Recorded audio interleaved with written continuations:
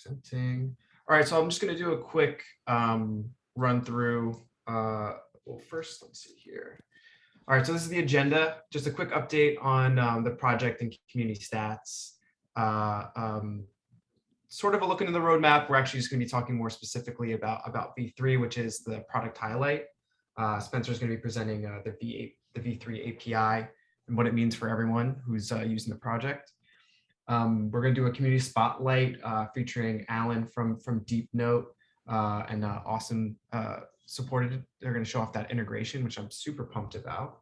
And then we'll wrap up with any questions. But we'll make sure to have a Q&A after the V3 and after the spotlight specifically. All right, moving along. We're hiring.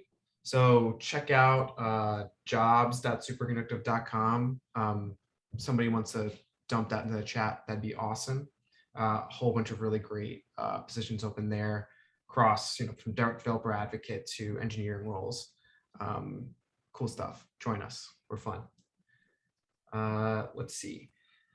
All right, so here are some updates in the stats. GitHub stars, steady climb. We're getting close to 6,000, which is really exciting. Our Slack users, we're at 5,641. This is actually a cool milestone. We just got over 100,000 messages sent, which is pretty crazy to think about, which is cool as a number, and then also tough to have that volume in Slack is, wrecks our Slack history. So something I'm going to be putting out to the community in a survey soon is we're gonna move into focusing into more of like a forum-based support, just to sort of help Slack be more conversational. So I'm going to throw out a couple options to the community in a survey when I post this roundup. That'd be real great. We're going to be deciding between two different platforms. Moving along. PyPy downloads, 2.5 million last month. That's still climbing really fast. Very exciting. Community contributions, we're really finding our level in terms of the developer advocate team. I hope people are noticing it in terms of like the Slack support and support in GitHub. So you can see us sort of flattening out in terms of our issues and our PRs, which is exciting in terms of keeping this balance. So the red bar is when new issues come in, and the green is when we solve. So same thing for PRs. I'd like to see more PRs though. That's one thing I'd like to see more of. And we're gonna have some really cool opportunities for more PRs that Spencer's gonna mention. A cool event that we have coming up in January. So I want to give some props to some contributors in the community. We have some new contributors since November. I actually did do a batch of mugs a couple weeks or last week. So keep an eye out for those. I know supply chain's rough, so we'll see when they come in. I think they're set for like late December, something like that. So you could see them shortly. A new thing that we're tracking is our Slack supporters. So these are people that are answering questions in Slack a lot. I actually have a new type of swag coming in soon. It's should be fun. I don't want to reveal it until I have it so I can show people. So next community meetup, I'll bring that, and it's going to be going to the people who really contribute to the community, especially in the Slack community. So keep an eye out for that. Yeah, so thanks to all of you. All right, cruise through that piece. I'm going to hand it over to Spencer to go through the V3 API. Awesome. Hello. Good morning. Good afternoon. Let's see. Hi. So I'm Spencer. I'm one of the product managers here at Superconductive, and I work on the platform team right now. So we mostly work with Great Expectations for open source, and so got something really exciting to talk to you about here. The V3 batch request API is going to become the new standard deployment pattern for Great Expectations here soon. So you might have seen this, seen the blog announcement that James and I posted. I think later last week. it's got some more information here if you want to check this out. And I'll link it in the chat once we're done. But yeah, excited to chat with you about it. So what's on the agenda is we've got the 014 announcement, what's different about the new API, what's coming, how we're going to support V2 going forward, and then we'll spend the rest of the time doing Q&A. So if you've got questions, comments, whatever, we'll have plenty of time to talk about it. So the announcement itself. So this release will happen on the 5th, January 5th. So it will be a breaking change. So if you need to pen a previous version for whatever reason, you should do so no later than January 4th, so the day before. The reason this is a breaking change is because the default flag in the CLI is going to change to V3. So you'll no longer have to do --V3. It'll just default to V3. So it is a minimally breaking change, but if you do need to pen a previous version for whatever reason, just make sure you do so no later than the 4th. We've written a migration guide with the help of a couple of community teams to help with the transition to V3. We'll have resources available to help you with migrations. If you're curious, if you have questions, feel free to grab me after the meetup or closer to the release date. Happy to chat with you. If you intend to migrate, please make sure you've updated to at least version 13.47 before starting the migration. That's the most recent one. And yeah, we're excited. We think you will be too. Special shout out to the LifeSpark and the Provectus teams for helping us with the migration guide.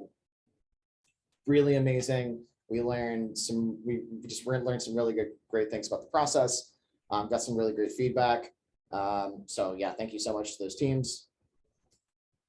And then, yeah, so what's actually different about the API? So we're really excited about this. There's two major differences. The first is modular expectations. So these make it really easy to extend GE with domain-specific expectations, change how they look in data docs, contribute new expectations. They're just a lot more flexible. There's a lot that you can do with them. And then there's now data connectors, which allow you to tell grid expectations how you're going to connect to your data. So the two of these things make grid expectations a lot more flexible, a lot more modular, a lot easier to work with. It also opens doors for future features like multi-batch expectations and multi-batch profilers. So multi-batch expectations will allow you to reason about changes in data over time.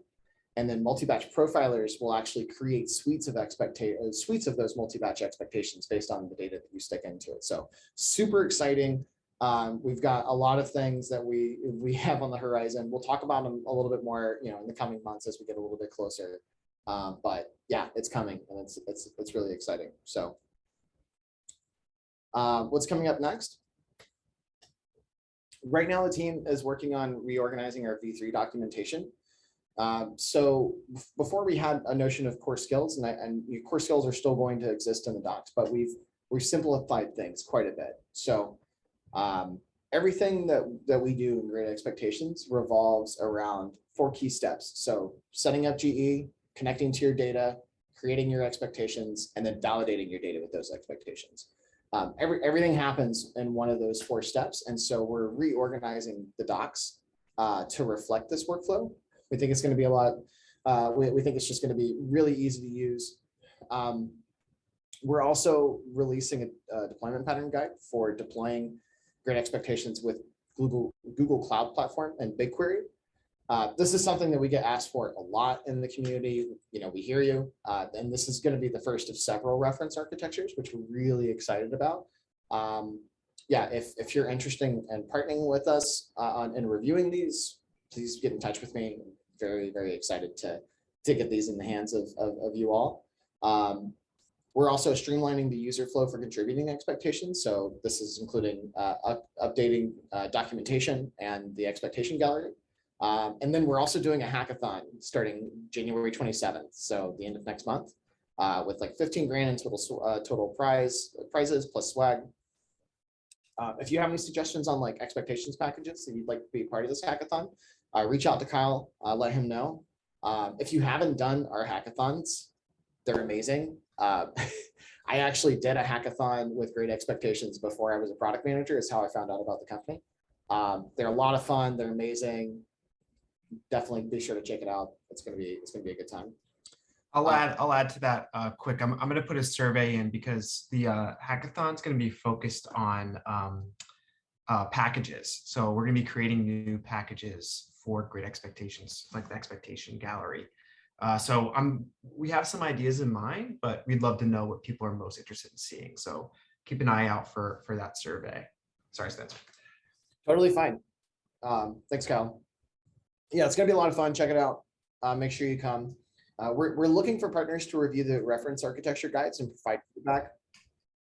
We did this with migration guides. It went really, really, really, really well. We got, I mean, we review it with the internal team, when we go through it, but we love hearing how you all out in the community are actually interacting with these as well. So yeah, please get in touch if you're interested.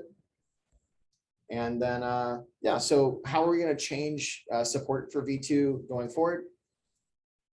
So beginning with the GE V14 release on January 5th, you'll be able to propose new features on V2, but we'll encourage you to contribute to V3 instead. Kyle and the DevRel team will exercise discretion on a case-by-case basis on accepting these like PRs. You'll also be able to propose bug fixes in V2, and we'll approve them as long as they meet code standards.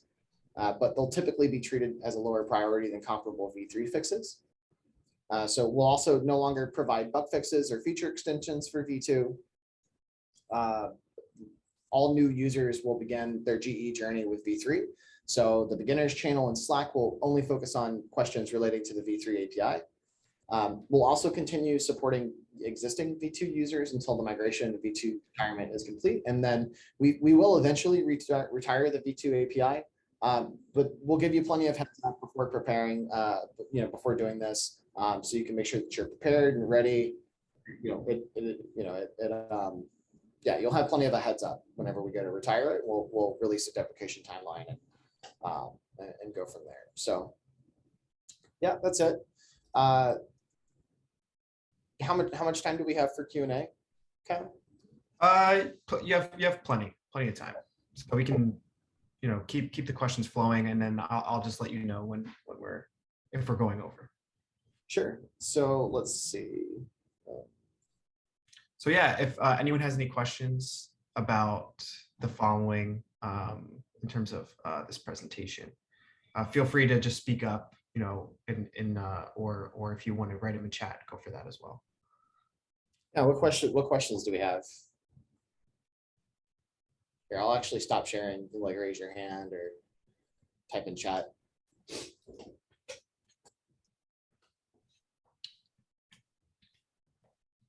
One thing I'll add is that we actually do have an early cut of the getting started documentation, but I actually have a nested. I have a staging link that can be viewed. So if anyone really is feeling up to it, I'm going to post this link for our new getting started tutorial.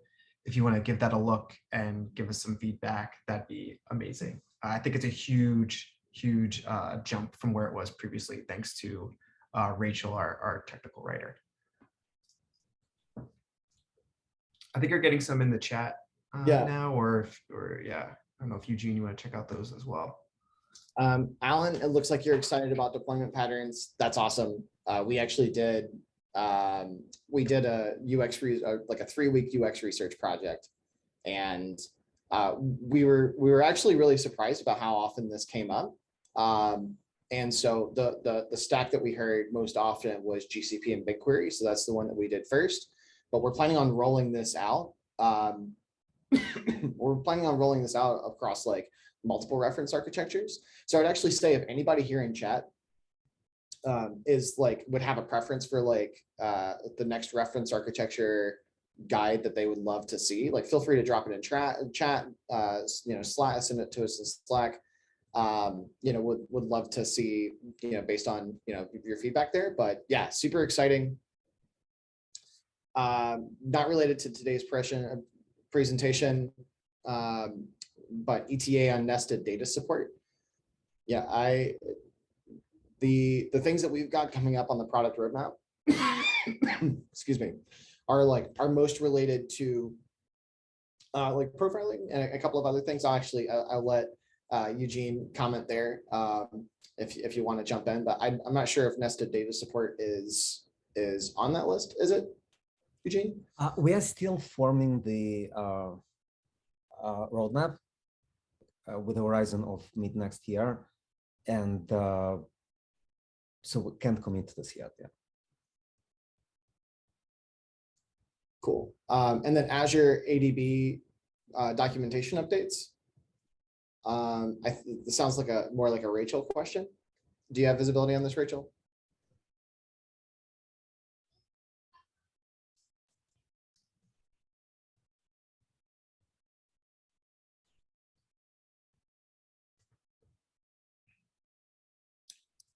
Sorry.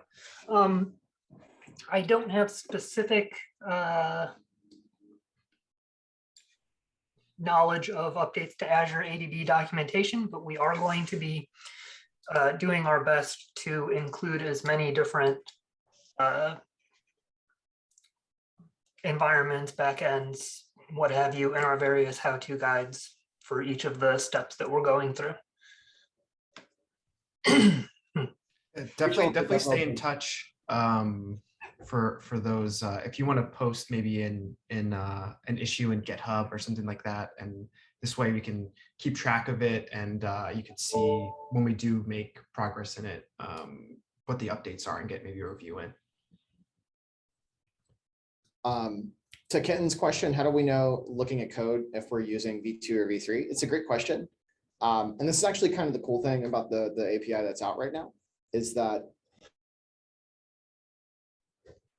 actually you've probably been using aspects of V3 for a while now. So like data docs have been have shown V3 for a long time. I think probably the easiest way to know, to be able to look at the code and tell is how you're interacting with validation operators. If you're not interacting with validation operators at all, then you're using V3 because that has been bundled as part of checkpoints. If you're still interacting with them, outside of checkpoints or something like that, then you're probably not using V3.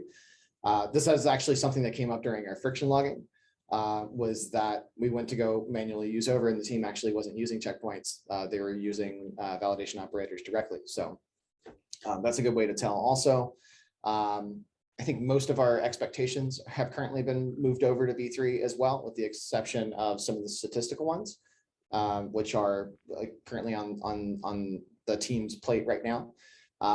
Yeah.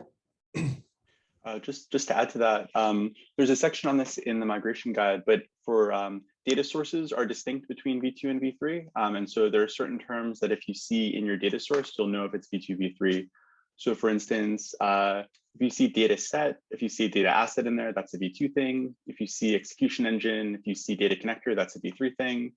When you're actually getting a batch of data, if you're using batch quarks, that's V2. And if you're using batch requests, that's V3.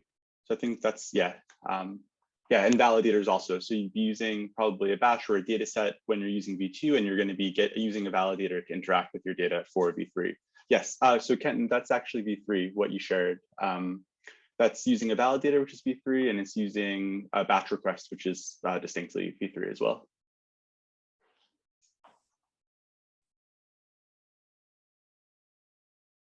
Cool. Did you have anything else to add to that, Eugene?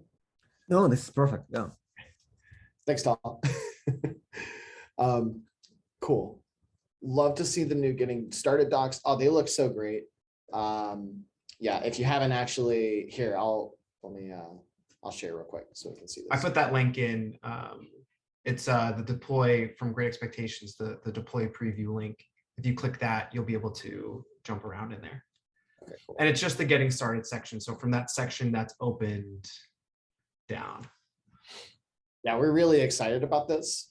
I mean, this looks amazing. Thank you so much, Rachel. We've been working on this for a while. Like seriously, You know, we feel like this is going to be like super easy to use, super easy to get through. Yeah, so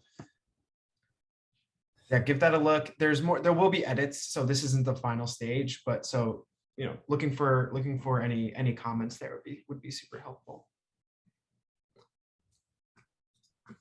cool. Let's see, partnering and consulting process on the website or pen Slack topic.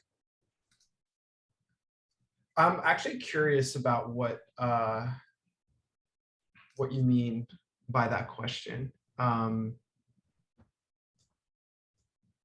Do you mind popping on mic and explaining a little bit more?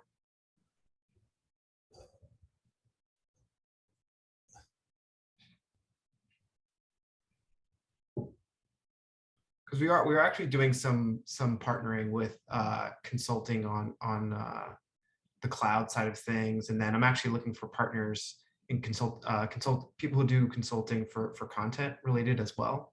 So I'm wondering if that's what you mean. Yep. That was basically for a proof of concept. Our company is looking at going with GE for all of our data lake validation. Mhm. And one of the things that's part of the evaluation is you know, figuring out whether or not it's going to fit in with our Azure DevOps pipelines, how it's going to work with different kinds of data sources in V3. You know, how do we post the data docs for the results and everything to an Azure hosted website? Just a lot of open questions. We'd like to look hard at using it, but I think we sort of feel like we're at the point where we need like a consult or an SOW or something to jumpstart things and make sure it's the right choice for us. That help? Yeah, yeah, I'll let Ben grab onto that one. Let me jump in for a second. I would say yes, if that's what you're looking for. The best way to do that is just to DM me in GE Slack. And we do not support that directly on the core team, but we have kind of a list of partners and people who have deployed great expectations for their clients. And I can definitely put you in touch with some of those. And then also, as we develop out the cloud product, we're hoping that a lot of that takes some of this, some of the difficulty in getting started. Some things actually just are easier with the cloud, and that addresses some of the issues. So either way, both ways, we can partner with somebody else as a consultant, or just DM me, and I'm happy to chat with you about both of those. Thank you, appreciate it. Yeah, the Pi and YAML available on the doc side by side that's actually something that came from the friction logging that we did. So the rounds of feedback that we did with documentation, that was something that multiple teams actually specifically asked for. That, yeah, we feel like turned out really, really well. So glad you enjoy it. Yeah, any other questions? Probably good timing to switch over, I think. If anyone has any more questions, continue to put them in the chat. Spencer or Eugene or someone can continue answering them in there, and then we can always follow over into Slack there. Yeah, cool.